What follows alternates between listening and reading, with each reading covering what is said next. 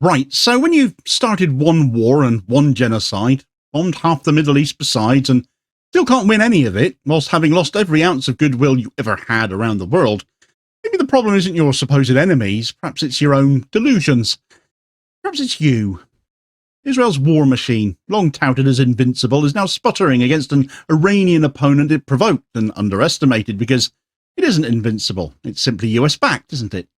What began as a calculated pre-emptive strike has morphed into a chaotic misfire. Infrastructure crumbling under missile fire.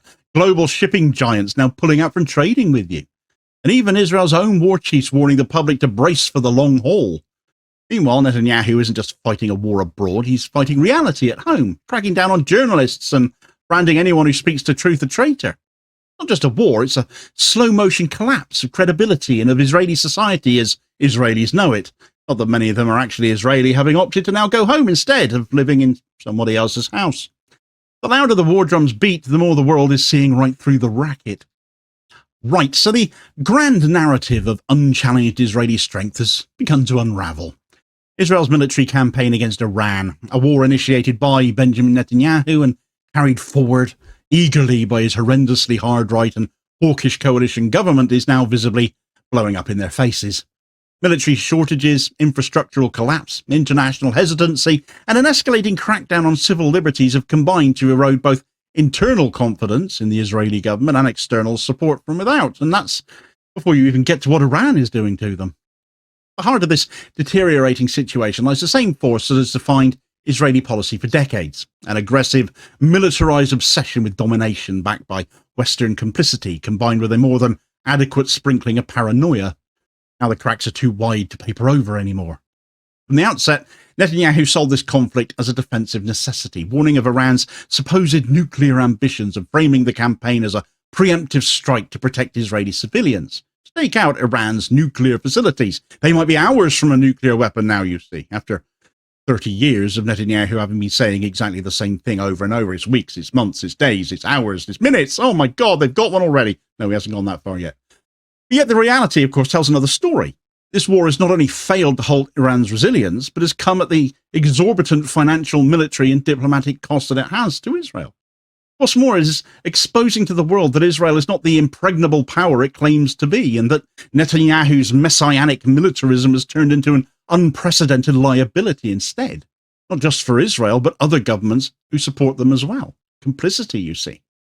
At home, Netanyahu has launched a sweeping media crackdown, though, using wartime as cover, as excuse to clamp down on civil liberties, free speech, freedom of the press, preventing journalists from reporting on infrastructure failures, intercepting supply chains or military setbacks, or at the very least, trying to. These censorship efforts have been accompanied by thinly veiled threats that those who tell the truth about the scale of damage or the government's strategic missteps are going to be accused of aiding the enemy, treason. Such tactics are reminiscent not of a robust democracy at all. What sort of a democracy does this? It's not a democracy under pressure, it's a regime desperate to maintain a crumbling illusion of control here. Journalists who once operated freely now face arrest for saying something the regime now disapproves of. Civil society too is under siege as protests against the government's actions in Gaza and Iran are met with increasing repression. The material cost of war is now mounting beyond the government's capacity to contain. Iranian missile and drone strikes have caused widespread damage, most notably at Haifa's port and its oil refinery. Danish shipping giant Maersk has suspended operations at that port now due to the damage and the risk of further Iranian attacks, a move that sent shockwaves through Israel's trade and logistics sectors. And although Maersk have tried to offer alternative arrangements to Israel, the very fact that a major global logistics player, long criticized for aiding Israel as Maersk has been, is now abandoning Israel's main port in Haifa, citing safety concerns with regards to Iran, speaks volumes. Militarily, Israel is floundering as well. Its much vaunted air defense systems, the Iron Dome, the David Sling, the Arrow 3 missile interceptors, well, as I've mentioned a couple of times in recent videos, they're reportedly running low on critical munitions, aren't they? Set to run out within days, we're told. About the same time, Iran's probably going to come up with that nuclear weapon that Benjamin Netanyahu keeps talking about. But despite having received 14 weapons shipments from the United States and Germany since the conflict with Iran began, that's in the last week, Israel is facing shortages that suggest unsustainable burn rates and logistical mismanagement. Israel allegedly having to pick and choose which missiles they're now intercepting coming in from Iran. In contrast, Iran has shown no signs of missile depletion at all, continues to target Israeli infrastructure with increasing precision. These arms shipments are not without political cost to those supplying them, though.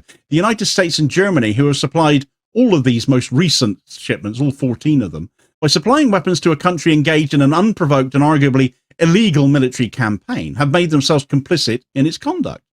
Germany in particular is facing internal backlash. A recent survey shows that the majority of Germans, 57%, now hold a negative view of Israel, which is an historic turning point for a country that once viewed support for Israel as a moral imperative following both world wars. German civil society, intellectuals, even lawmakers are questioning whether continued arms exports to a state engaged in systematic violations of international law are consistent with the country's post-war commitment to human rights. But as with most pro-Israel governments, despite the obvious being written on the wall, they are desperately trying to scrub it out and find workarounds to continue that support for Israel. So many of these leaders bought and paid for and in hoc to vested interests in the West. Even as the war with Iran rages on, Israel continues its genocidal campaign in Gaza as well, though. With over 55,000 Palestinians killed, most of them civilians, the humanitarian catastrophe there has only intensified. Entire neighborhoods have been leveled, hospitals bombed, and aid convoys targeted. The United Nations has once again included Israel on its list of grave violators of children's rights in armed conflict. Second year running for that, isn't it, Israel? Yet instead of halting its campaigns or seeking international mediation, Netanyahu has just doubled down on it, framing the genocide of Gaza as a fight for Israel's survival, while overseeing a program of state violence that amounts to collective punishment and ethnic cleansing. On top of that, civilian infrastructure being targeted in Iran now is only seeing Israel as an increasing violator of children in armed conflicts. International diplomacy remains paralyzed as a result of Israel still crying victim as justification of its growing atrocities. Iran has made it quite clear that it will not return to nuclear negotiations as long as Israel continues to attack them. Iran's Foreign Minister Abbas Araghchi recently met with counterparts from Germany, France, and the UK, three countries that continue to supply Israel with aid, arms, support, to express this position to them. And while these E3 European powers claim to be urging restraint, their dual role as arms suppliers and diplomatic brokers makes a mockery of their neutrality. Iran, for its part, continues to point to the fatwa issued by Supreme Leader Ayatollah Ali Khamenei in 2003, which forbids the development of nuclear weapons.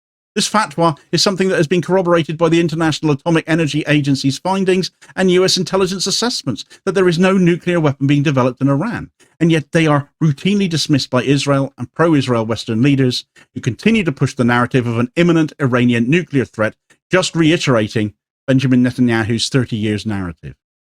Donald Trump, the big orange oaf, is at least still refusing to commit to direct military intervention, though, despite Netanyahu's increasingly desperate overtures. Having viewed satellite imagery of Israeli strikes on Iran's nuclear infrastructure, which reportedly show minimal damage, Trump is said to have concluded that Israel is incapable of defeating Iran without these US bunker-busting munitions and the US bombers that have to go with them, the only jets capable of delivering them. Nevertheless, he continues to peddle the disproven claim that Iran is developing nuclear weapons, which is a shift in US narratives. It was only a few weeks ago they were quite happy to confirm that was not happening. He's contradicting his own intelligence agencies whilst he's doing it, though, and he's publicly undermined his own Director of National Intelligence, Tulsi Gabbard, in the process. Gabbard let herself down as well in light of this, having defended Trump after he threw her under the bus. But she hedged her language as well, implying that Iran could enrich uranium to weapons-grade levels, a claim that ignores both the fatwa and the existing international oversight, of course. For now, Iran is still overseen by that oversight. They are, of course, working towards leaving the non-proliferation treaty if things carry on much longer with these false accusations. Because frankly, if you're just going to be falsely accused of doing something you're not necessarily doing, then what's the point of being part of that club? Trump's hesitancy has nothing to do with any sense of moral clarity, but a political pragmatism. His MAGA base, along with the broader American public, is overwhelmingly opposed to new foreign wars. Polling suggests that any decision to join Israel in attacking Iran would cost Trump crucial support. Nevertheless, his refusal to accept Iran's non-nuclear status leaves the door open to intervention, particularly if Israel intensifies its lobbying and strikes escalate further. Trump kicked this matter down the road for another couple of weeks. Now, a potential US entry into the war with Iran would have profound consequences for the other Gulf states too.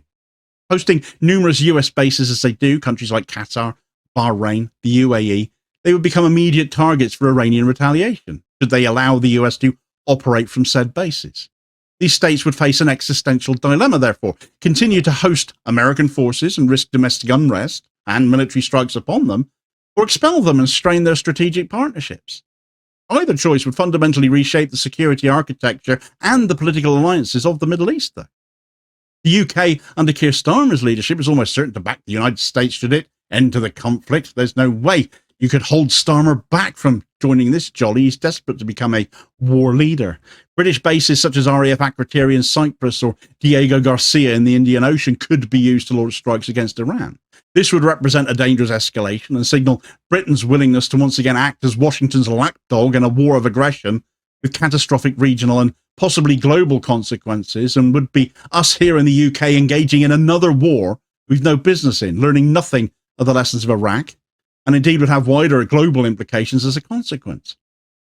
If Iran were to close the Strait of Hormuz in response to US and UK strikes, as it has threatened to do, the resulting disruption to global oil and gas supplies would send shockwaves through an already fragile global economy. And if you thought prices had spiked before with regards to oil and gas during the last week that Israel and Iran have been taking lumps out of each other, you won't have seen anything yet.